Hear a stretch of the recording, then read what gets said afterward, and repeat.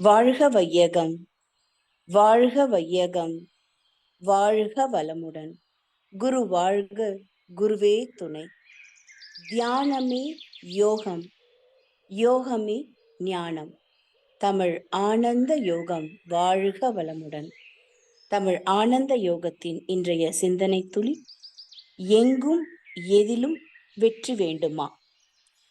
இந்த உலகம், அதனை உள்ளடக்கிய பிரபஞ்சம் மற்றும் உலகத்தில் வாழ்ந்து கொண்டிருக்கக்கூடிய உயிரினங்கள், இவற்றை ஒருங்கிணைந்து பார்க்கும்போது அவையெல்லாம் வெளி மற்றும் அணு என்ற இந்த இரண்டை தவிர வேறு ஒன்றுமே இல்லை. வெளி என்றால் முற்றறிவு என்று சொல்லக்கூடிய எல்லாம் அடங்கியுள்ள சுத்த வெளி, பரபிரம்மம் என்று சொல்லக்கூடிய எல்லாம் அடங்கியுள்ள சுத்த வெளி பரபிரம்மம் எல்லாம் வல்ல இறைவன் என்பதாக இருக்கிறது. அதன் பின்னம், அதாவது ஒரு பகுதிதான் அணுவாகவும் இருக்கிறது. இந்த அணுவுக்கு மையத்தில் உள்ளதே பிரம்ம நிலை, அதுவே அறிவாக இருக்கிறது. அந்த அறிவு அதனுடைய அலை இயக்கமான காந்தத்தின் மூலமாக விரிந்தும் சுருங்கியும் ஒடுங்கியும் இயங்கிக் கொண்டிருக்கிறது. மூலமாக விரிந்தும் சுருங்கியும் ஒடுங்கியும் இருந்து கொண்டிருக்கின்றது. ஆகவே எல்லாம் வல்ல இறைநிலைதான் எல்லாமாக இருக்கிறது. ஆனால் உயிரினங்களிலே ஜீவகாந்த சக்தி எல்லைக்குட்பட்டு இருப்பதினால் அந்த சக்தி ஒவ்வொரு உயிருக்குள்ளாக மனமாக இயங்குகிறது. நாம் பல எண்ணங்களை எண்ணுகிறோம். இந்த எண்ணம் உணர்ச்சியின் மூலம்தான் பிறக்கிறது. நமக்கு ஏதோ தேவை என்று உணர்கிற போது எண்ணம் தோன்றுகிறது. இப்படி பல முறை எண்ணும் போது ஒவ்வொரு எண்ணத்திற்கும் மன அலை நீளம் வேறுபடுகிறது. பொதுவாக உணர்ச்சி வயப்பட்ட நிலையிலேயே எண்ணி பழகி இருக்கிறோம். அந்த நிலையில் மன அலைகள் வினாடிக்கு 14 முதல் 40 வரை அமைகிறது. பீட்டா என்று சொல்லக்கூடிய உணர்ச்சி நிலையிலிருந்து விடுபட்டு அமைதி நிலைக்கு வர வேண்டும். தியானத்தின் போதோ பீட்டா நிலையிலிருந்து ஆல்பா நிலை அலை வேகத்திற்கு வருகிறோம். அதாவது உறக்கத்தில் என்ன நிலை வருமோ அந்த நிலை. ஆனால் உறங்காமல் விழிப்பு நிலையிலேயே இருக்கிறோம். இதுவே ஆக்கினை. உள்ளுணர்ந்து உயிரை கவனிக்கும் போது மனம் ஒடுங்கிய நிலையில் இருக்கும். புலன் உணர்விலிருந்து விடுபடலாம்.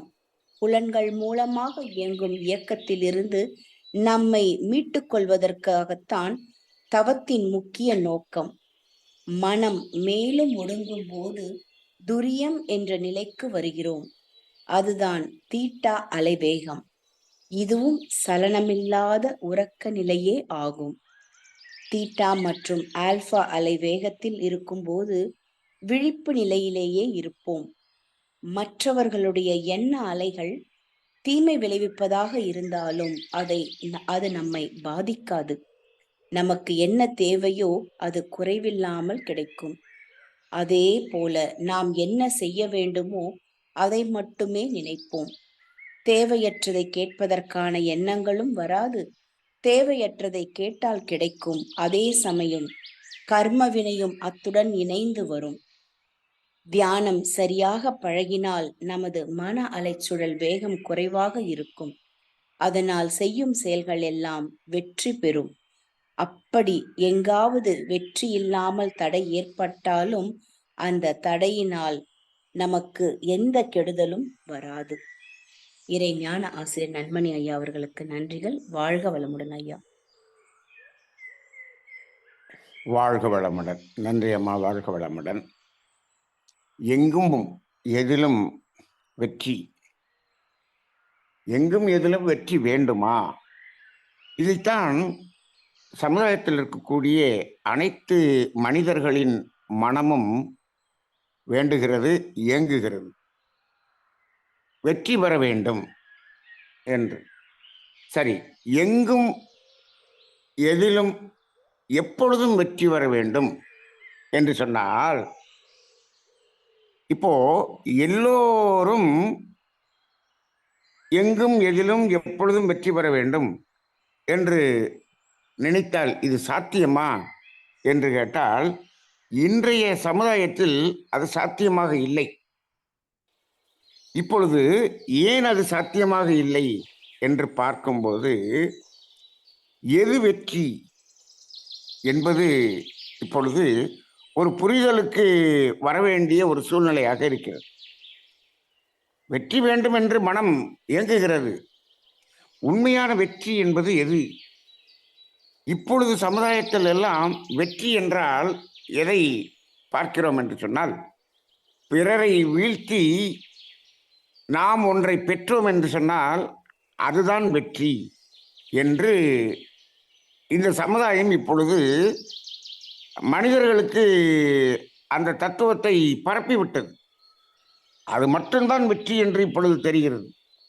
அதுவும் இன்றைக்கு இருக்கக்கூடிய இளைஞர் சமுதாயத்துக்கு இந்த பிறரை வீழ்த்தி வெற்றி பெறுவது என்ற வெற்றி தான் வெற்றி என்று சொல்லிக் கொண்டிருக்கிறோம்.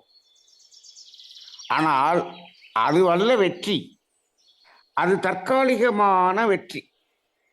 அப்படி பிறரை வீழ்த்தி வெற்றி பெற்று யாராவது வெற்றி பெற்று விட்டோம் என்ற ஒரு திருப்தியில், ஒரு மகிழ்ச்சியில் இருந்து கொண்டிருக்கிறார்களா என்று கேட்டால் இல்லை. வெற்றி பெற்ற நேரத்தில் மகிழ்ச்சியாக நிறைவாக இருப்பது போல் ஒரு தோற்றம், ஒரு மாயத் தோற்றம் தான் தோன்றுகிறதை தவிர, அதன் பிறகு மேலும் ஓடுகிறார்கள் ஓடிக்கொண்டே இருக்கிறார்கள். எதுவரை ஓடுகிறார்கள்? வாழ்க்கையின் இறுதி வரை ஓடுகிறார்கள், மரணித்து விடுகிறார்கள். இதுவா வெற்றி? அப்ப வெற்றி என்பது, அந்த வெற்றியின் அனுபவம் நமக்கு எப்படி இருக்க வேண்டும்? நிறைவாக, மகிழ்ச்சியாக, ஆனந்தமாக இருக்க வேண்டும் அல்லவா? அந்த வெற்றி பெற்ற ஒரு உணர்வு நம்முள் இருந்து கொண்டே இருக்க வேண்டும் அல்லவா? அப்படி என்றால் உண்மையான வெற்றி நமக்கு கிடைக்கும் பொழுதுதான் அது நிலையானதாக, நீடித்ததாக இருக்கும். அப்ப அந்த அடிப்படையில் வெற்றி என்பது எது என்பதை நாம் உணர வேண்டும். பிறரை வீழ்த்தி வெற்றி பெற வேண்டும் என்பது அவசியம் இல்லை.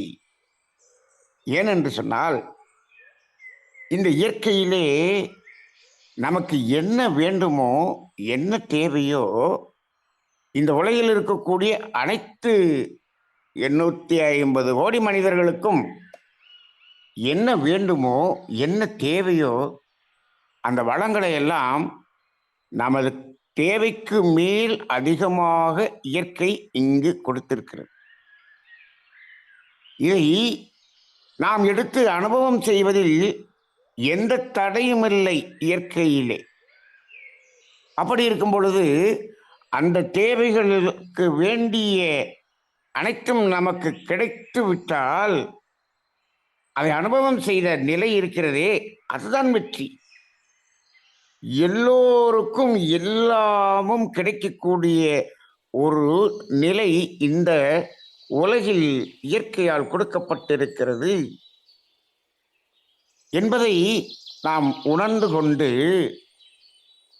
அனைவரும் அந்தந்த நிலையில் முழுமையான அந்த இயற்கையின் கொடையை எடுத்து வெற்றி பெற்று வாழ்ந்து கொண்டிருக்கும் பொழுது, இங்கு பிறரை வீழ்த்தி வெற்றி பெற வேண்டும் என்ற ஒரு சூழ்நிலையே வராது. இப்பொழுது மனிதர்கள் இந்த இயற்கையின் கொடையை இன்னும் இன்னும் இன்னும் என்று அதை பதுக்கி வைக்கக்கூடிய ஒரு நிலை வரும் பொழுது, இப்பொழுது என்ன ஆகிறது என்று சொன்னால், அவர் தேவைக்கு மேல் ஒன்றை அனுபவிக்கிறார் என்பதை இன்னொருவர் பார்க்கிறார். அப்படி அனுபவித்தால் தான் வெற்றி என்று இவரும் அதற்காக முயல்கிறார். ஆனால் இங்கு ஒன்றே ஒன்று மட்டும் நமக்கு புரியவில்லை. தேவைக்கு மேல் அவர் அனுபவிக்கக்கூடிய, அனுபோகம் செய்யக்கூடிய அனுபோகத்தை தான் நாம் பார்க்கிறோம். அந்த அனுபோகத்திற்கு பின்னால் வரக்கூடிய விளைவை நாம் பார்ப்பதில்லை. அவர் அது துன்பமாக வந்து அந்த துன்பத்தை அவர் தனியாக அனுபவித்துக் கொண்டிருக்கிறார். அந்த அனுபோகம் என்ற நிலையை மட்டும் பார்த்துவிட்டு நாமும் அதற்கு அந்த அனுபோகத்துக்கு போக வேண்டும், என்று எடுக்கக்கூடிய முயற்சியை அதில் அடையக்கூடியதான் வெற்றி என்று நாம் நினைத்து கொண்டிருக்கிறோம். அப்போ உண்மையாக இப்பொழுது நாம் சமுதாயத்தில் வெற்றி என்று பார்த்து கொண்டிருக்கக்கூடியது எதுவாக இருக்கிறது என்று சொன்னால், நமக்கு துன்பம் என்ற ஒரு அனுபவம் வருவதற்கான ஒரு நிலையை அடைந்து விட்டால் அது வெற்றி என்பதுதான் இப்பொழுது இருக்கக்கூடிய வெற்றியாக இருக்கிறது. அப்ப வெற்றி பெறுவது போல் தெரிகிறது, ஆனால் அது துன்பத்திற்குள் சென்று விடுகிறது. அப்ப அவருடைய அனுபவத்தை பார்த்து இவர் செய்து விட்டார், இவர் செய்வதை பார்த்து இன்னொருவர் செய்து விட்டார். இப்படி சமுதாயம் செய்வதை பார்த்து இந்த இளைஞர்களும் செய்து கொண்டிருக்கிறார்கள். அப்போ இன்றைக்கு இளைஞர்களும் வெற்றி என்று எதை நோக்கி சென்று கொண்டிருக்கிறார்கள் என்று சொன்னால், அதீத அனுபவம் என்பதுதான் வெற்றி என்று துன்பத்திற்கான செயல்களை செய்வதுதான், அதை பெறுவதுதான் வெற்றி என்ற நிலைக்கு சமுதாயம் சென்று விட்டது. ஆக அந்த நிலை வருவதுதான் இப்பொழுது சமுதாயத்தில் அனைத்து துன்பங்களுக்கும் காரணமாக இருக்கிறது. அப்ப வெற்றி பெற்றாலும் அதில் ஒரு திருப்தி என்பது, நிறைவு என்பது இல்லாத ஒரு நிலை. இந்த நிலையில் மனிதன் அவனது அந்த உணர்ச்சி நிலையிலிருந்து ஒரு அமைதி நிலைக்கு வருவதற்கான அந்த தவம், ஆக்கினை, துரியம் என்ற இந்த 2 தவங்கள் போதும். ஆல்பா அலை, தீட்டா அலை, இந்த 2 அலைகளுக்குள்ளாக அந்த அமைதிக்குள்ளாக வரும் பொழுது நமக்கு என்ன தெரிகிறது? உள்ளது உள்ளதாக நமக்கு தெரிகிறது. ஒரு புரிதல் என்பது நமக்கு வந்து விடுகிறது. இந்த இயற்கையை பற்றிய புரிதல் வந்து விடுகிறது. நமக்கு எது தேவை என்பது நமக்கு உணர்வாக தெரிகிறது. அது மட்டுமல்ல, தேவையை மீறும் போது அந்த தேவையை மீறும் நிலை துன்பமாக மாறுகிறது என்பதும் நமக்கு தெரிகிறது. துன்பமாக மாறுகிறது அல்ல, துன்பமாக மாற்றிக்கொள்கிறோம் என்பதும் தெரிகிறது. இப்படியான விளக்கங்களை எல்லாம் இந்த தவநிலையில் நாம் உணர்ந்து கொள்ளும் பொழுது, அந்த தவமும் தத்துவமும் தெரிந்து அதை உணர்ந்து கொண்ட நிலையில், அந்த அமைதி நிலையில் நாம் வாழ்ந்து கொண்டிருக்கும் போது நமக்கு எது தேவை என்பதை நமது மனம் முழுமையாக உணர்ந்து கொள்கிறது. அப்பொழுது அந்த தேவையை நாம் பெற வேண்டும் என்று நினைக்கிறோம், அது சுலபமாக கிடைத்து விடுகிறது. இப்பொழுது நாம் நினைப்பது எப்படி நினைப்போம் என்று சொன்னால், எது நடக்குமோ அதைத்தான் நாம் எண்ணுகிறோம், அதைத்தான் நாம் நினைப்போம். எப்பொழுது? மனம் அமைதி நிலையில் வரும் பொழுது, உணர்ச்சி நிலையிலிருந்து உணர்வு நிலைக்கு வரும் பொழுது எது நடக்குமோ அதை நினைப்போம். நினைத்தவுடன் அது நடந்துவிடும். அப்பொழுது அது நமக்கு முழுமையான வெற்றியாக இருக்கும். வெற்றி என்பது என்ன? நமக்கு தேவை என்று ஒன்றை தேடுகிறோம், முயற்சி எடுக்கிறோம், முயற்சியில் நாம் அது கிடைத்து விட்டது என்றால் வெற்றி. அதுதானே? இப்போ அந்த அடிப்படையில் அந்த கிடைத்தது துன்பமாக மாறாமல் இருந்தால் அதுதான் முழுமையாக வெற்றி. அப்ப இந்த 2 நிலைகளையும் இப்பொழுது நன்றாக சிந்தித்து பார்த்து கொள்ள வேண்டும். தேடி கிடைத்து அது துன்பமாக மாறினால் அது வெற்றி மாதிரி தோன்றி மீண்டும் துன்பமாக மாறிவிடுகிறது. அது முழுமையான வெற்றி அல்ல. ஆனால் நாம் தேடுகிறோம், கிடைக்கிறது, அனுபவம் செய்கிறோம், அது துன்பமாக மாறவில்லை என்றால் அங்கு நாம் உண்மையான தேடுதலை மட்டும் தேடுகிறோம். அப்பொழுது துன்பமாக மாறாமல் ஒரு மகிழ்ச்சியாக, நிறைவாக, ஆனந்தமாக இருக்கிறோம். இந்த நிலைத்த சுகம் இருக்கிறதே, இதுதான் வெற்றி, இதுதான் உண்மையான வெற்றி. அந்த நிலை வர வேண்டும் என்று சொன்னால் அனைவரும் தியானித்து அந்த உணர்வு நிலைக்கு வர வேண்டும். உணர்ச்சி நிலையிலிருந்து உணர்வு நிலைக்கு வந்து பழக வேண்டும். இதை சமுதாயத்தில் ஒரு காலத்தில் பக்தி மார்க்கத்தில் பக்தி, ஜபம், பஜனை, யோகம், யோகாசனம், இப்படி பல்வேறு வகையில் அந்த மனதை அந்த அமைதிக்குள் கொண்டு வருவதற்கான முயற்சி செய்தார்கள். ஆனால் இப்பொழுது இருக்கக்கூடிய இந்த சூழ்நிலையிலே அதை தியானத்தின் மூலமாக கொண்டு வருவதுதான் நமக்கு சாதகமான ஒரு சூழ்நிலை இருக்கிறது. ஏனென்று கேட்டால், ஒரு அதிகமாக கூட்டமாக சென்று அந்த பக்தி என்பது இப்பொழுது வேறு திசையில் போய் கொண்டிருக்கக்கூடிய நிலையிலே, இந்த தியானம் என்பது நம்மை ஒரு அமைதி நிலைக்கு கொண்டு வருவதாக இருக்கிறது. அதில் நமக்கு உள்ளதை உணரக்கூடிய நிலை வருகிறது.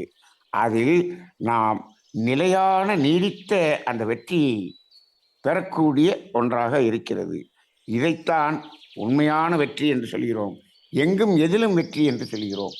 இதை கூட ஜோதிட உலகிலே 6ஆம் பாவம் என்பது வெற்றி என்று சொல்வார்கள், 11ஆம் பாவம் என்பதையும் வெற்றி என்று சொல்வார்கள். இரண்டுமே வெற்றி என்று சொல்கிறோமே என்று அதை நாம் கேட்கும் பொழுது, இந்த 6ஆம் பாவம் என்பது புறத்திலே பிறரை வீழ்த்தி வெற்றி பெறுவதாக இருக்கிறது. ஆனால் 11ஆம் பாவம் என்பது நமக்கு என்ன தேவை என்பதை உணர்ந்து அதை பெற்று அதில் முழுமையான நிலையான சுகத்தை அனுபவிக்கக்கூடிய வெற்றியாக இருக்கிறது. அப்ப வெற்றி என்பது அக வெற்றியாக இருக்க வேண்டும். புற வெற்றி என்பது தற்காலிகமானது, அது மீண்டும் துன்பமாக மாறக்கூடியது. அந்த அடிப்படையில் அக வெற்றி என்பது புறத்திலும் வெற்றி அகத்திலும் வெற்றி என்று ஆகிவிடும். புறத்தில் மட்டும் வெற்றி என்பது அகத்தில் தோல்வியாக மாறிவிடுகிறது. இதை உணர்ந்து கொண்டு எங்கும் எதிலும் வெற்றி பெற வேண்டுமா? தியானிப்போம். தியானம் செய்து மன அலைச்சொலலை குறைத்து அந்த அமைதி நிலையில் நமது வாழ்வை வளமாக வாழ்வோம். நன்றி. வாழ்க வளமுடன்.